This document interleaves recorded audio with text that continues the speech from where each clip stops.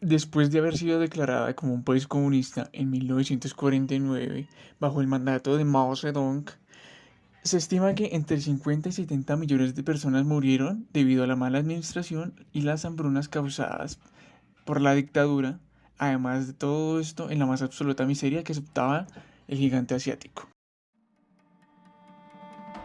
El 16 de mayo de 1966, el Partido Comunista de China promulgó una directiva. Inicia la Revolución Cultural. Exhorta a hacer una purga de las influencias capitalistas y del pensamiento burgués en el gobierno, la enseñanza, los medios y el arte. El gran culto a la personalidad de Mao está en el centro de la revolución. Mientras que los opositores son destituidos, la esposa de Mao, Jiang Qing, y sus colaboradores más cercanos son nombrados a puestos importantes. La lectura de las citas del Libro Rojo de Mao se hace obligatoria. Con lemas como corregir las ideas equivocadas, las citas se convierten en la vara con que se mide la lucha revolucionaria. Una organización juvenil llamada Los Guardias Rojos aparece por todo el país predicando las enseñanzas de Mao. Los Guardias Rojos viajan por todo el país aniquilando las viejas tradiciones y destruyendo gran parte de la herencia cultural. Dan inicio a interrogaciones, humillación y golpizas a los maestros, intelectuales y a los enemigos del Estado. 16 millones de jóvenes son enviados al campo para ser reeducados y hacer trabajo físico. Decenas de miles de funcionarios son acusados de ser traidores, contrarrevolucionarios y títeres del capitalismo. Expulsan del partido al presidente Liu Shaoqi, quien muere en el abandono. El mariscal Lin Biao, nombrado como sucesor de Mao, huye del país, pero muere en un accidente de avión en Mongolia. La mujer de Mao y sus colaboradores más cercanos forman lo que se conocerá como la Banda de los Cuatro. Promueven su agenda izquierdista por encima de las voces más moderadas del partido. En septiembre de 1976 muere Mao Zedong. Arrestan a la Banda de los Cuatro y frenan su plan de controlar el país.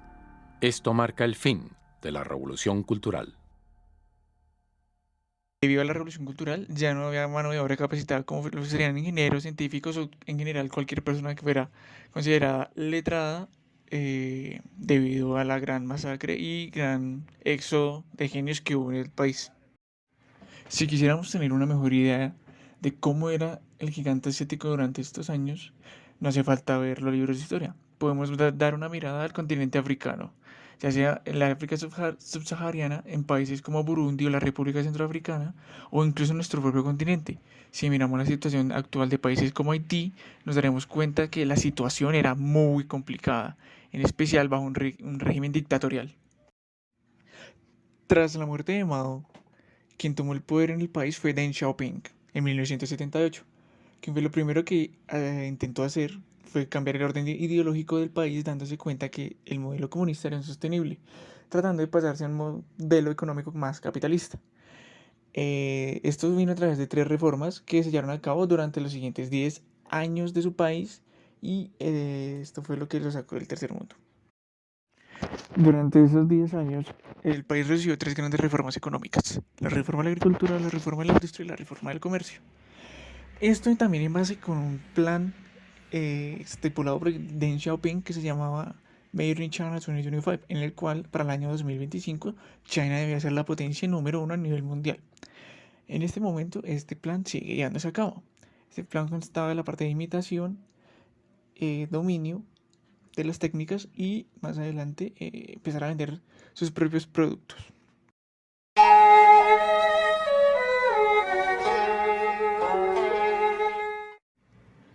Un plan quinquenal es el plan económico que seguirá un país durante los siguientes 5 años.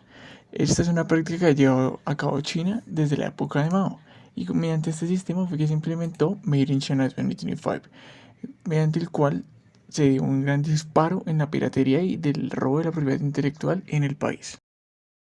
El tema es que, para que China empezara a tener inversión económica, permitió que distintas empresas extranjeras empezaran a llevar a cabo sus operaciones industriales dentro del país, Esto otorgándole ciertos beneficios y cobrando pocos impuestos para que fuera mucho más atractivo la inversión dentro de este, además de que la obra de mano era bastante económica.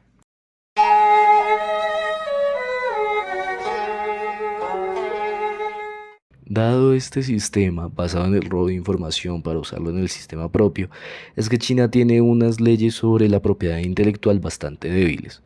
Es por eso que a lo largo de los mercados de nuestros países podemos ver tantos productos de imitación que en sus etiquetas dicen Made in China. Esto no es necesariamente algo malo, puesto que de esta manera evitamos que países como Estados Unidos tengan el monopolio de algunos productos.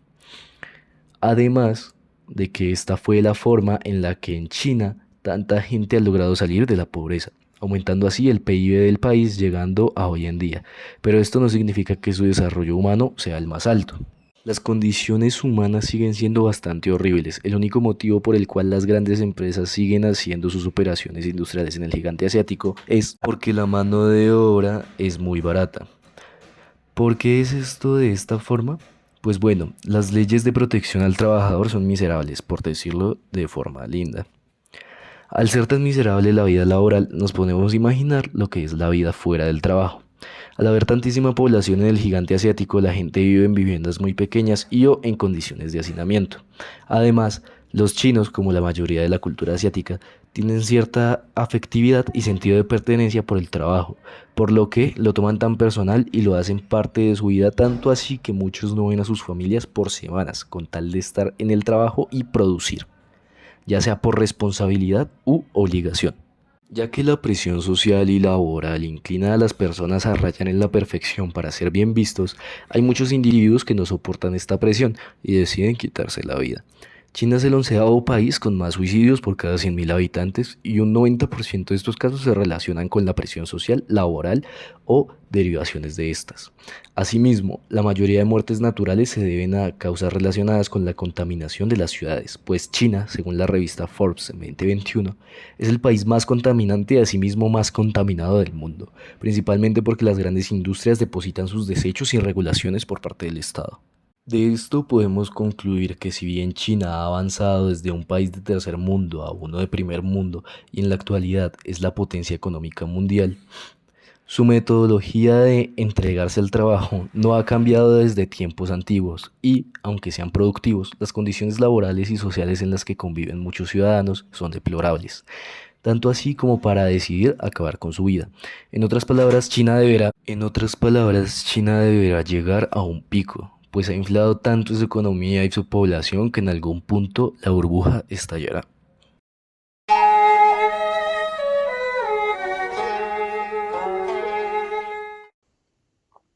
En la actualidad, China se encuentra en una situación complicada, y es que debido a los infiltrados en el país, sabemos que ellos aún no han conseguido superar la pandemia del coronavirus, porque se niegan a comprar vacunas de ARN emisor creadas por sus rivales de Estados Unidos.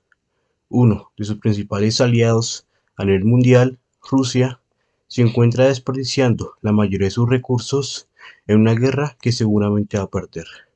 Da la incompetencia de sus dirigentes de mantener a un pequeño parásito que se encuentra al sur, es decir, Corea del Norte, sin contar con la enorme burbuja de Evergrande y la exorbitante cantidad de recursos que están invirtiendo para que no explote, y así no entrar en una recesión financiera que arruinaría los grandes avances económicos que ha hecho el país. Además, dada la situación actual, China se encuentra desesperado por tener la capacidad de producir chips de última generación para de esta forma poner al mundo a sus pies. Pero esto solo lo lograría de una forma, invadiendo de forma ilegítima a Taiwán, al igual que lo está haciendo Rusia con Ucrania a la fecha de la creación de este video. Si China llevara a cabo una investigación militar en el estado de Taiwán, el avance tecnológico de la humanidad entera sería frenado. Esto se debe a que la gran mayoría de chips de alta tecnología son producidos en este país. Y ya vimos una pequeña muestra de qué pasaría si Taiwán deje de producir chips. Con la pandemia nos dimos cuenta de lo necesario que es este pequeño país para el mundo, puesto que el alza en los precios de la tecnología en general, sean teléfonos inteligentes, televisores o principalmente las partes que componen un computador, es decir, procesador, placa madre, GPU, entre otras, se debieron a la reducción de ritmo de producción de chip por la pandemia. Por más que China trató de imitar la tecnología de fabricación de chips de Taiwán, lo único que ha logrado es desperdiciar sus recursos económicos y es por esto que China requiere que Taiwán se una de una forma u otra a su país, tal y como hizo con Hong Kong. Otro de los grandes problemas que tiene China es la constructora Evergrande Group, la mundialmente conocida constructora inmobiliaria. Tiene un gran problema, y es que probablemente sea la empresa con mayor deuda a nivel mundial. Y al ser una empresa mixta, es decir, parte pública y parte privada, la parte que está pagando la deuda es la parte pública. Pero la forma en la que hace es el problema del país, puesto que lo que están haciendo es imprimir más dinero de forma descontrolada, aumentando así la inflación y creando una de las burbujas más grandes de la historia. Una burbuja que cuando explote muy probablemente nos afecte a nivel mundial, ya que cuando esto ocurra es probable que China empiece a cobrar todos los préstamos que ha expedido a los distintos países a nivel mundial. Entre estos países podemos encontrar a Colombia.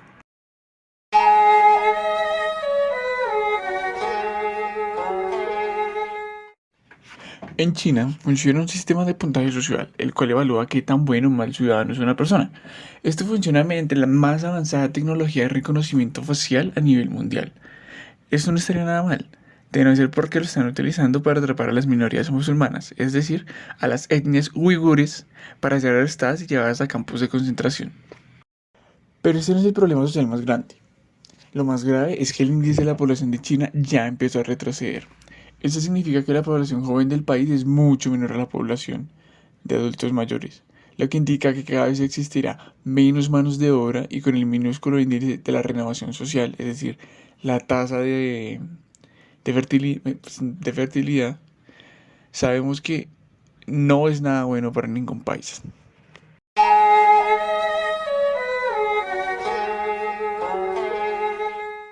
China es un ejemplo de cómo la administración correcta puede hacer que un país que se encuentre en la más absoluta miseria se pueda convertir en una de las más importantes potencias económicas del mundo, pero también es capaz de convertirse en una dictadura, una que está llevando a cabo un genocidio, y que con tal de no verse débil ante sus rivales, es capaz de mantener viva una empresa que lo más probable es que termine arruinando el país.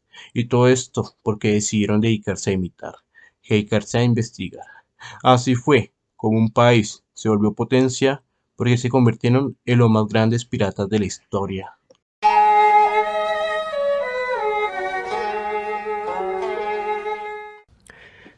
Pero, ¿cómo se relacionaba todo esto con el mundo de la tecnología? Pues bien, en 2004, la Nippon Electric Company, al percatarse que algunos de sus productos estaban siendo clonados, decidió contratar un investigador privado para que investigara, valga la redundancia, por qué estaba sucediendo esto. Años de investigación y recorrer decenas de países, la International Risk, compañía encargada de la investigación, revela algo que podríamos considerar aterrador. Descubrió que no solo habían copiado su tecnología DVD, sino que prácticamente habían copiado la compañía entera, de tal manera que incluso estaban tratando de hacer suya la marca NEC. Esto lo consiguieron mediante sofisticadas redes de distribución con las que contaban para conseguir los permisos y planos originales de la NEC. Esto debido a que la mayoría de sus productos tenían manufacturación en países como China, Taiwán y Hong Kong. Una vez estalló la noticia de la compañía clónica de la NEC en 2006, se reavivó el debate sobre los derechos de autor y propiedad intelectual, esta vez aplicado más a los ladrones de información, ya que con estos fue que se logró copiar la compañía, pero principalmente del cómo las compañías podrían confiar en estos países para realizar sus productos y que no los van a clonar. Una investigación del Departamento de Seguridad de los Estados Unidos determinó que incluso en sus sistemas de control armamentísticos en el Pentágono contaban con componentes de orígenes piratas. Incluso según reportes del G20, grupo donde se reúnen los líderes de los 20 de los bancos más grandes e importantes a nivel mundial, se estima que la industria de productos piratas mueve alrededor de 650.000 millones de dólares al año. Según algunos expertos, los componentes electrónicos son los más afectados por los piratas, puesto que el vender copias a precio más barato hace que su ganancia sea mayor en un mundo tan dependiente de la tecnología como lo es el mundo actual. China, a partir de 2010, empezó a llevar a cabo distintos cambios en la ley sobre derechos de autor y propiedad intelectual, y es que decidió no ignorar más esta situación, obviamente presionado por las grandes corporaciones que amenazaban con irse del país.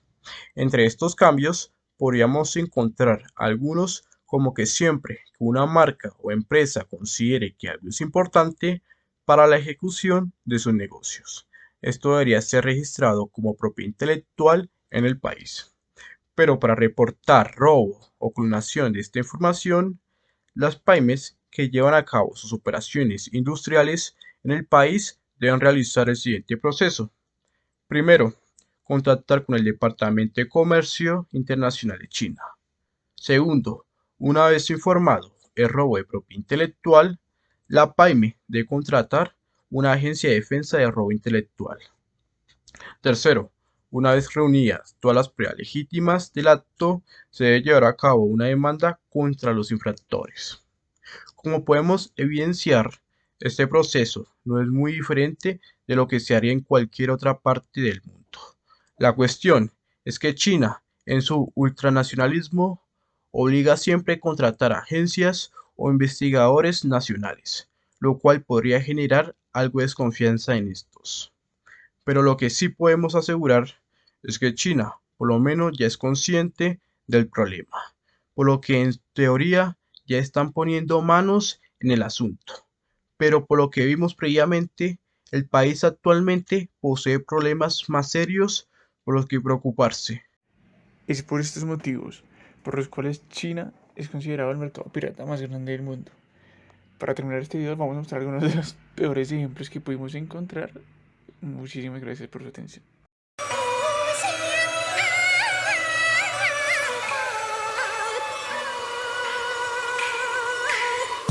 Run these streets like a renegade. Get that guap to the renters pay. Hunt my prey in the cavalcade. Revenge is got when the boss is slave. We run these streets like a renegade. Get that guap to the renters pay. Hunt my prey in the cavalcade. Hey yo, what up, homie? It's Tony. Revenge is so sweet, and I move with artillery, roaming the streets. My guns is ginormous, bullets is heat seeking. Big brother got the eye on me, I watch how I'm speaking, and I move like a porn star in charm school. I stick everything I see, but I only take jewels and cash rules, pills and that cocaine powder. I ain't a man, I'm a killer, obsessed with power and revenge. I don't need friends and shiesty activities. Move alone through the city that they call liberty, and trust nobody but my bullets and my shotty. Carjack a fool, twist his limbs like Pilates. Ox him, buck 50 stitch him. Chinatown walls, I chop him up like rice in the kitchen. It's a bad decision, starting beef with the butcher. He ain't a bleeder, I pop the son, your man is a gusher. We run these streets like a renegade. Get that guap to the renters pay.